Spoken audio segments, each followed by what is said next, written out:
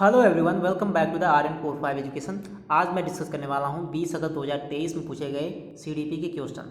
ये question CT 2023 में पूछे गए हैं 20 अगस्त 2023 को। पहला क्वेश्चन देखिए, पहला क्वेश्चन डिस्ग्राफिया से रिलेटेड है। इसमें आप लोगों को 4 ऑप्शन दिए गए हैं, आप लोगों को सही ऑप्शन चूज करना है डिस्ग्राफिया से रिलेटेड। देखिए, पहला ऑप्शन दिया गया है एक भाषण विकार है जिसकी विशेषता हकलाना और उच्चारण में त्रुटियाँ करना है। ये आपका गलत है। तो सबसे पहले मैं आप लोगों को थोड़ा सा डिस्ग्राफिया के बारे में डिस्कस कर लेता हूँ, जिससे आप लोगों को आसानी होगी ऑप्शन चूज करने में। डिस्ग्राफिया देखिए, डिस्ग्राफिया की स्थिति में इन प्रक्रियाओं में व्यवधान होता है जिससे लिखने का कार्य अधिक कठिन और निराशाजनक हो जाता है।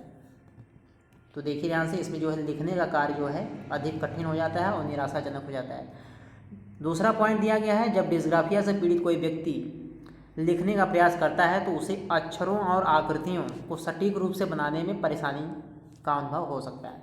इससे लिखावट अक्सर अस्त व्यस्त, असंगत और पढ़ने में कठिन हो सकती है। तो ये है इसके 2 पॉइंट जो कि महत्वपूर्ण पॉइंट है। इससे ही आप लोग ऑप्शन को चूज कर सकते हैं। दूसरा ऑप्शन देखिए, पहला ऑप्शन तो हो गया आपका गलत। एक गति युक्त विकार है जिसकी विशेषता स्थूल पेशी बाध्यता है, ये भी गलत। तीसरा है एक तंत्रिकी विकार है जिसकी विशेषता अक्षरों और आकारों को बनाने में कठिनाई है। तो आपका ऑप्शन नंबर तीसरा सही है, क्योंकि इसमें दिया गया है अक्षरों और आकारों को बनाने में कठिनाई होती है। तो तीसरा आपका ऑप्शन सही है। तो डिस्ग्राफिया में क्या होता है, अक्षरों और आकारों को बनाने में कठिनाई होती है। ठीक है, ये इसका मेन पॉइंट है। आगे देखिए क्वेश्चन नंबर 2। क्वेश्चन नंबर 2 है प्रतिभावान बच्चों को शिक्षित करने का उपागम है या साधन है जो उन्हें असामान्य रूप से तीव्र गति से पाठ चर्चा के माध्यम से आगे बढ़ाता है, क्या कहलाता है? तो उसका सही जवाब है त्वरण। ठीक है, अगर आप लोगों का ऑप्शन में त्वरण दिया गया तो आपका ऑप्शन सही हो जाएगा। ऑप्शन नंबर तीसरा देखिए, त्वरण। ठीक है, तो क्वेश्चन क्या कहा गया है, प्रतिभावान बच्चों को शिक्षित करने का उपागम है जो उन्हें असामान्य रूप से तीव्र गति से पाठ चर्चा के माध्यम से आगे बढ़ाता है, क्या कहलाता है? त्वरण या गतिवर्धन। क्वेश्चन नंबर 3, शिक्षक जो समावेशी कक्षाओं की दिशा में काम कर रहे हैं। तो इसमें समावेशी कक्षाओं की बात हो रही है, तो इसको समझ लीजिए। समावेशी कक्षाएं वे हैं जो सभी छात्रों का स्वागत और समर्थन करती हैं, चाहे उनकी पृष्ठभूमि, योग्यताएं या सीखने की शैली कुछ भी हो। ठीक है, जो शिक्षक समावेशी कक्षाओं की दिशा में काम कर रहे हैं वे पाठ्यक्रम अनुकूलन बनाते हैं, विविध दृष्टिकोणों को शामिल करते हैं और अपने स्वयं के निहित पूर्वाग्रह की जांच करते हैं। वे विविधता को एक बाधा के रूप में नहीं देखते। तो समावेशी कक्षा का मतलब क्या है, इसमें जो है उनकी पृष्ठभूमि, योग्यताएं या सीखने की शैली उनकी कुछ भी हो। ठीक है, समावेशी कक्षा में सभी प्रकार के छात्रों का स्वागत और समर्थन किया जाता है। ठीक है, तो ये होती हैं समावेशी कक्षाएँ। पहला ऑप्शन दिया गया है पाठ चर्चा में अनुकूलन करें, सही है। दूसरा है विविध दृष्टिकोणों को शामिल करें, ये भी सही है। अपने स्वयं के अंतर्निहित पूर्वाग्रहों की जांच करें, ये भी सही है। विविधता को एक बाधा के रूप में देखें, तो ये है आपका गलत। विविधता को जो है कि इसमें अनदेखा करना चाहिए। समावेशी कक्षा में सभी टाइप के छात्र शामिल हो सकते हैं। ठीक, क्वेश्चन नंबर 4, शैशवावस्था में सामाजिकरण की आप लोगों को यहाँ पे भरना है। संस्थाएं प्रमुख रूप से महत्वपूर्ण हैं, जबकि प्रारंभिक अवस्था में सामाजिकरण की यहाँ पे भी भरना है, संस्थाएं भी महत्वपूर्ण होती हैं। ठीक है, तो आइए देख लेते हैं। शैशवावस्था जन्म से लेकर 18 महीने तक की ये अवस्था होती है या अवधि होती है। इस समय के दौरान जो है परिवार सामाजिकरण की प्राथमिक संस्था है। ठीक है, तो यहाँ पे तो क्या भरा जाएगा आपका? प्राथमिक। ठीक है, आगे देखिए। बाल्यावस्था में सहकर्मी समूह सामाजिकरण का एक महत्वपूर्ण संस्था बन जाती है। बच्चे अपने साथियों से सामाजिक मानदंडों, मूल्यों और व्यवहारों के बारे में सीखते हैं। वे यह भी सीखते हैं दूसरों के साथ कैसे मिलें और संघर्ष को कैसे सुलझाएं। ठीक है, तो बाल्यावस्था में स्कूल भी सामाजिकरण का एक महत्वपूर्ण भाग है। बच्चे पढ़ना, लिखना और गणित जैसे शैक्षणिक विषयों के बारे में सीखते हैं। वे सहयोग और टीम वर्क जैसे सामाजिक कौशल के बारे में सीखते हैं। तो यानी बाल्यावस्था जो है ये आपकी क्या है? द्वितीयक है। ठीक है, तो आप लोगों का ये वो वाला ऑप्शन ढूंढना है जहाँ पे प्राथमिक और द्वितीयक की बात होगी। शैशवावस्था में सामाजिकरण की प्राथमिक संस्थाएं प्रमुख रूप से महत्वपूर्ण हैं और प्रारंभिक बाल्यावस्था सामाजिकरण की द्वितीयक। ठीक है, तो यहाँ पे आपका ऑप्शन नंबर दूसरा वाला सही है, प्राथमिक द्वितीयक। फिर से सुन लीजिए, शैशवावस्था सामाजिकरण की प्राथमिक अवस्था है। ठीक है, और प्रारंभिक बाल्यावस्था जो है सामाजिकरण की द्वितीयक अवस्था है। क्वेश्चन नंबर 5, लेव वाइगोस्की के अनुसार, जैसा कि आप लोग जानते हैं लेव वाइगोस्की ने किस पर बात की है, लैंग्वेज डेवलपमेंट पर, ठीक है, भाषा विकास पर बात की है। पहला ऑप्शन दिया गया है सामाजिक कारक भाषा विकास को प्रभावित करते हैं परंतु संज्ञानात्मक विकास को नहीं, यह आपका गलत है। दूसरा दिया गया है संज्ञानात्मक विकास भाषा विकास को सुगम बनाता है, ये भी गलत है, इसका उल्टा रहेगा, भाषा विकास संज्ञानात्मक विकास को सुगम बनाता है, ठीक है, न कि संज्ञानात्मक विकास, ठीक है, अगर ये उल्टा लिखा होता तो सही हो जाता। तीसरा देखिए, भाषा विकास और संज्ञानात्मक विकास एक दूसरे से स्वतंत्र रूप से विकसित होते हैं, ये भी गलत है, क्योंकि भाषा विकास से संज्ञानात्मक विकास होता है, ठीक है, यानी एक दूसरे पे डिपेंड होते हैं। चौथा दिया गया है भाषा विकास संज्ञानात्मक विकास को सुगम बनाता है, ये आपका ऑप्शन बिल्कुल सही है, क्योंकि भाषा विकास से संज्ञानात्मक विकास होता है, ठीक है। इस पर और कुछ पॉइंट है डिस्कस करने के लिए, देख लीजिए। लेव वाइगोस्की एक रूसी मनोवैज्ञानिक थे जिन्होंने संज्ञानात्मक विकास का एक सामाजिक सांस्कृतिक सिद्धांत विकसित किया था। उनका मानना था भाषा और संस्कृति जैसे सामाजिक कारक बच्चे कैसे सीखते हैं और विकसित होते हैं, इनकी प्रमुख भूमिका निभाते हैं। पहला दिया गया है वाइगोस्की ने तर्क किया कि भाषा केवल संचार का उपकरण नहीं है बल्कि सोचने का भी उपकरण है। उनका मानना था कि बच्चे अधिक जानकार लोगों के साथ बातचीत करके अपनी सोच में मध्यस्थता के लिए भाषा का उपयोग करके नई अवधारणाएं सीख सकते हैं। यानी एक तरीके से कह सकते हैं कि अगर बच्चे का भाषा विकास सही तरीके से होगा तो उसका संज्ञानात्मक विकास भी उतना ही बेहतर होगा, ठीक है। तो इसमें आपका ऑप्शन नंबर चौथा सही है। क्वेश्चन नंबर 6, लॉरेंस कोहलबर्ग के नैतिक तर्क के किस स्तर पर बच्चे आमतौर पर मानते हैं कि लोगों को समाज की अपेक्षाओं पर खरा उतरना चाहिए, ठीक है, और अच्छे तरीक़ों से व्यवहार करना चाहिए। तो इसमें सामाजिक संपर्क की बात हो रही है। अब सामाजिक संपर्क की बात कोहलबर्ग ने अपने किस सिद्धांत में कही है, ये देख लीजिए।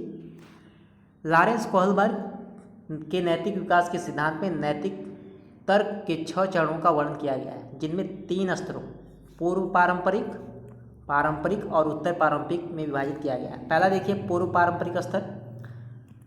इस स्तर पर बच्चों का नैतिक तर्क पुरस्कार और दंड पर आधारित होता है, यानी प्राइज एंड पनिशमेंट। पहला वाला क्या होता है, अवार्ड एंड पनिशमेंट, ये आप लोग जानते होंगे। दूसरा वाला देखिए पारंपरिक स्तर। दूसरा है इस स्तर पर बच्चों का नैतिक तर्क समाज की अपेक्षाओं पर आधारित होता है। तो यहाँ पे देखिए समाज की अपेक्षाओं यानी इसमें सामाजिक संपर्क की बात हो रही है। उनका मानना है कि अगर उनके माता पिता, शिक्षक या अन्य अधिकारी उनसे यही अपेक्षा करते हैं तो उनका कुछ करना सही है। तो दूसरा वाला ऑप्शन आपका सही है, क्योंकि इसमें ही सामाजिक संपर्क की बात हो रही है। तो दूसरा वाला ऑप्शन आपका क्या है, पारंपरिक स्तर। तो पारंपरिक स्तर यहाँ पे ऑप्शन नंबर 3 है, ये वाला आपका ऑप्शन जो है सही है। तीसरा भी आप लोग देख लीजिए, उत्तर पारंपरिक स्तर क्या होता है। इस स्तर पर बच्चों का नैतिक तर्क न्याय और निष्पक्षता के अमूर्त सिद्धांतों पर आधारित होता है। उनका मानना है कि कुछ करना तभी सही है जब वह उन सिद्धांतों के अनुरूप हो, भले ही वह समाज की अपेक्षाओं के विपरीत हो, ठीक है। तो ये है आपका उत्तर पारंपरिक स्तर, ठीक है। तो इसमें तीसरा वाला आपका ऑप्शन सही है, ठीक है, पारंपरिक स्तर, क्योंकि इसमें जो है सामाजिक संपर्क की बात हो रही है। क्वेश्चन नंबर 7 है, निम्नलिखित कथनों को पढ़िए और सही विकल्प का चयन कीजिए। पहला कथन दिया गया है, शिक्षकों और साथियों जैसे अधिक जानकार अन्य लोगों के साथ बातचीत, शिक्षकों और साथियों जैसे अधिक जानकार अन्य लोगों के साथ बातचीत शिक्षार्थियों को उनकी समझ और कौशल विकसित करने में मदद करने के लिए आवश्यक समर्थन और मार्गदर्शन प्रदान करती है। ये हो गया आपका पहला वाक्य। दूसरा दिया गया है कारण आर, ठीक है, इसमें एक कथन दिया गया है, उसका एक कारण भी दिया गया है। कारण में दिया गया है सामाजिक संपर्क सीखने और विकास का एक प्रमुख घटक है। तो यहाँ पे देखिए शिक्षकों और साथियों जैसे अधिक जानकार अन्य लोगों के साथ बातचीत, यानी यहाँ पे क्या हो रहा है, सामाजिक संपर्क, बच्चा सामाजिक संपर्क में है। शिक्षकों और साथियों के संपर्क मतलब कि सामाजिक संपर्क में है, तो यानी कथन दोनों सही है। पहला कथन भी सही है, दूसरा कथन भी सही है। जो कथन दिया गया है उसका जो कारण दिया गया है वो बिल्कुल सही है। तो देखिए कौन सा ऑप्शन सही है। पहला दिया गया है ए और आर दोनों गलत है, तो ये तो गलत है। दूसरा है ए और आर दोनों सही है, आर ए की सही व्याख्या है, तो ये वाला आपका ऑप्शन सही है, ठीक है। तीसरा है ए और आर दोनों सही है परंतु आर ए की सही व्याख्या नहीं है, ये गलत है। चौथा दिया गया है ए सही है परंतु आर गलत, ये भी गलत है। तो इसमें जो है दूसरा वाला आपका ऑप्शन सही है, ए और आर दोनों सही हैं। आर ए की सही व्याख्या करता है। क्वेश्चन नंबर 8 है, अधिगम के लिए आकलन का मुख्य लक्ष्य क्या है। इसमें साफ तौर पर पूछा गया है आकलन, इसके बारे में पूछा गया है कि आकलन का मुख्य लक्ष्य क्या है। ठीक है, तो देखिए पहला ऑप्शन दिया गया है उन विद्यार्थियों की पहचान करना जिन्हें धीमे सीखने वालों के रूप में वर्गीकृत किया जा सकता है। बिल्कुल गलत। आकलन का मतलब एक तरीके से समझिए कि आपका रिजल्ट आप लोगों का क्यों तैयार किया जाता है। दूसरा ऑप्शन दिया गया विद्यार्थियों के प्रदर्शन का मूल्यांकन करना और उन्हें ग्रेड देना। तो ये बिल्कुल सही है, लेकिन खाली यही है, ये बात एकदम गलत। तो दूसरा ऑप्शन आपका सही हो सकता है, लेकिन यहाँ पे इसका उद्देश्य केवल यही नहीं है कि ग्रेड देना और केवल मूल्यांकन करना, ये भी आपका गलत है। तीसरा देखिए, विद्यार्थियों को प्रतिपुष्टि प्रदान करना जिसका उपयोग उनके अधिगम में सुधार के लिए किया जा सकता है, ये बिल्कुल सही है। ठीक है, आकलन का उद्देश्य ये होता है कि विद्यार्थियों को प्रतिपुष्टि प्रदान करना और उन्होंने अपने अधिगम में क्या गलतियाँ की हैं वो उन्हें वे आगे सुधार कर सकें। ठीक है, तो ये आपका ऑप्शन जो है बिल्कुल सही है। चौथा ऑप्शन दिया गया है विद्यार्थी के प्रदर्शन की तुलना एक मानक तय पैमाने से करना, ये तो एकदम गलत है। तो ऑप्शन नंबर तीसरा सही है। क्वेश्चन नंबर 9 देखिए, ये काफ़ी इंपॉर्टेंट क्वेश्चन है। इस क्वेश्चन को लगभग 70 से 80% लोग गलत करके आए हैं। किस आयु में बच्चे शब्दों के खेल में शामिल हो सकते हैं। शब्दों का खेल, ठीक है, इसमें शब्दों का खेल इसकी बात हो रही है। और ऐसे चुटकुलों और पहेलियों को पसंद कर सकते हैं जिनमें शब्दों का खेल शामिल हो। ठीक है, शब्दों का खेल, इसमें शब्दों के खेल की बात हो रही है। तो इसका सही जवाब है 2 से 3 साल के बच्चे। ठीक है, ऑप्शन देखिए, ऑप्शन में है 12 वर्ष, 1 वर्ष, 3 वर्ष, 7 वर्ष। तो बहुत से लोगों ने चौथे ऑप्शन को चूज किया है, जो कि बिल्कुल गलत है। इसका ऑप्शन नंबर तीसरा सही है, 3 वर्ष, क्योंकि इसमें 2 वर्ष तो है नहीं। तो इसका सही जवाब है 2 वर्ष या 3 वर्ष। ठीक है, 2 वर्ष या 3 वर्ष के बच्चों को शब्दों के खेल में शामिल कर सकते हैं। से कम उम्र के बच्चों को शब्दों को खेल में शामिल होना शुरू कर सकते हैं और चुटकुलों और पहेलियों का आनंद ले सकते हैं जिनमें शब्दों का खेल शामिल होता है। ऐसा इसलिए है क्योंकि वे भाषा के बारे में अपनी समझ विकसित कर रहे हैं। इसका उपयोग हास्य पैदा करने के लिए कैसे किया जा सकता है, इसकी समझ वो विकसित कर रहे हैं। ठीक है, वे शब्दों के विभिन्न अर्थों और उन्हें विभिन्न तरीक़ों से कैसे उपयोग किया जा सकता है इसके बारे में भी सीखेंगे। ठीक है, जैसे जैसे वे आगे और बड़े होते जाएंगे उनमें भाषा और हास्य की समझ विकसित हो जाएगी और वे अधिक जटिल चुटकुलों और पहेलियों का आनंद लेना शुरू कर सकते हैं। ठीक है, तो कुल मिलाजुलाकर इसका ऑप्शन नंबर तीसरा सही है, 3 वर्ष। ठीक है, तीसरा ऑप्शन दिया गया है 3 वर्ष। क्वेश्चन नंबर 10 देखिए, ये क्वेश्चन लगभग हर बार एग्जाम में आता है। कैरल गिलिगन ने कोहलबर्ग के नैतिक विकास के सिद्धांत की आलोचना की है। ठीक है, तो इसमें आप लोगों को सही ऑप्शन ढूंढना है। पहला दिया गया है सामाजिक संज्ञानात्मक दृष्टिकोण से, गलत है आपका। दूसरा है नारीवादी दृष्टिकोण से, तो ये आपका बिल्कुल सही जवाब है। नारीवादी दृष्टिकोण से ही कैरल गिलिगन ने कोहलबर्ग के नैतिक विकास के सिद्धांत की आलोचना की है। अब देखिए कैसे की है। गिलिगन ने तर्क दिया कि महिलाओं का नैतिक विकास देखभाल की नैतिकता पर आधारित है जो रिश्तों और जिम्मेदारियों पर केंद्रित है। उन्होंने इसकी तुलना कोहलबर्ग के न्याय की नैतिकता से की है जो अधिकारों और नियमों पर केंद्रित है। कोहलबर्ग ने एक तर्क दिया था महिलाओं को लेकर, उनमें उन्होंने बताया था कि महिलाओं की जो है नैतिक विकास जो है उनके अधिकारों और नियमों पर केंद्रित होता है। तो इस पर कैरल गिलिगन ने विरोध किया है। उन्होंने बताया है कि पुरुष और महिला दोनों इन दोनों नैतिकताओं के माध्यम से विकसित हो सकते हैं, लेकिन महिलाओं द्वारा देखभाल की नैतिकता पर जोर देने की अधिक संभावना है। तो उन्होंने इस तर्क को लेकर विरोध किया है और इसकी आलोचना की है।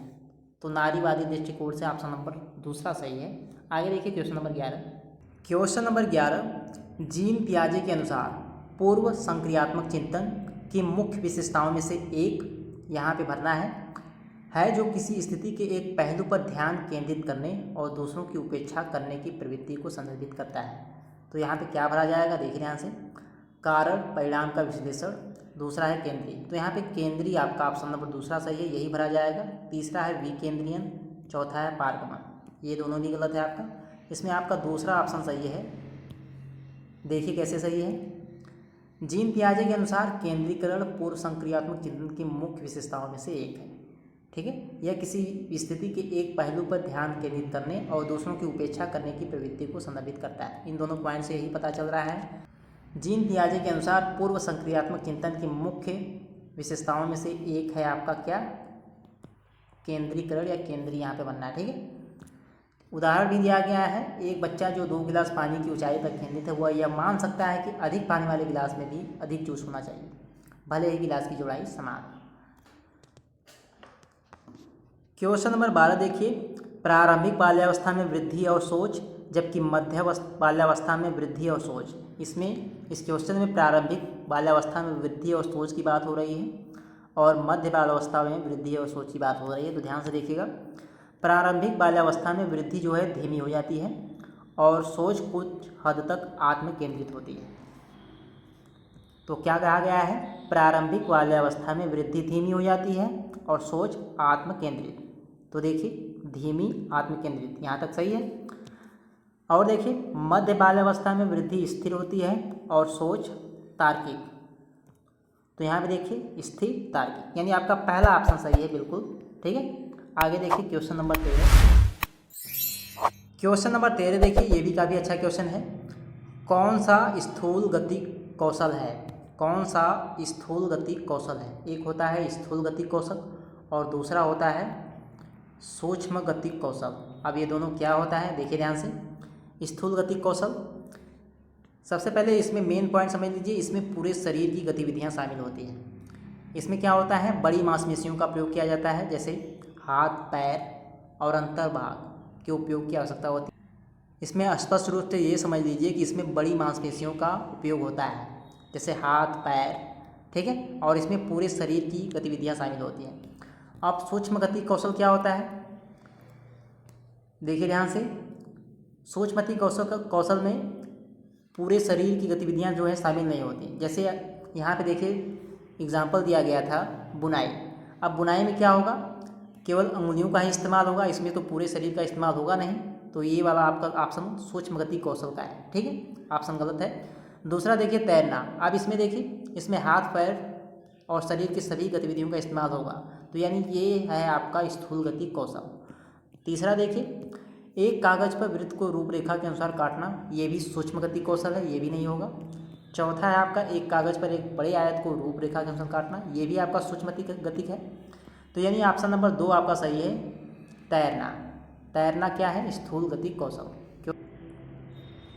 क्वेश्चन नंबर 14, भौतिक वृद्धि और विकास। विकास के यहाँ पे भरना है और यहाँ पे भी भरना है, सिद्धांतों का पालन करते हैं।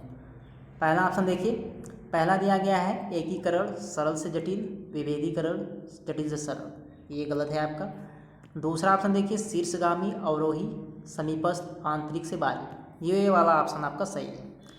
तीसरा दिया गया है समीपस्थ अवरोही, तो ये तो यहीं पे गलत है, शीर्षगामी अवरोही होता है।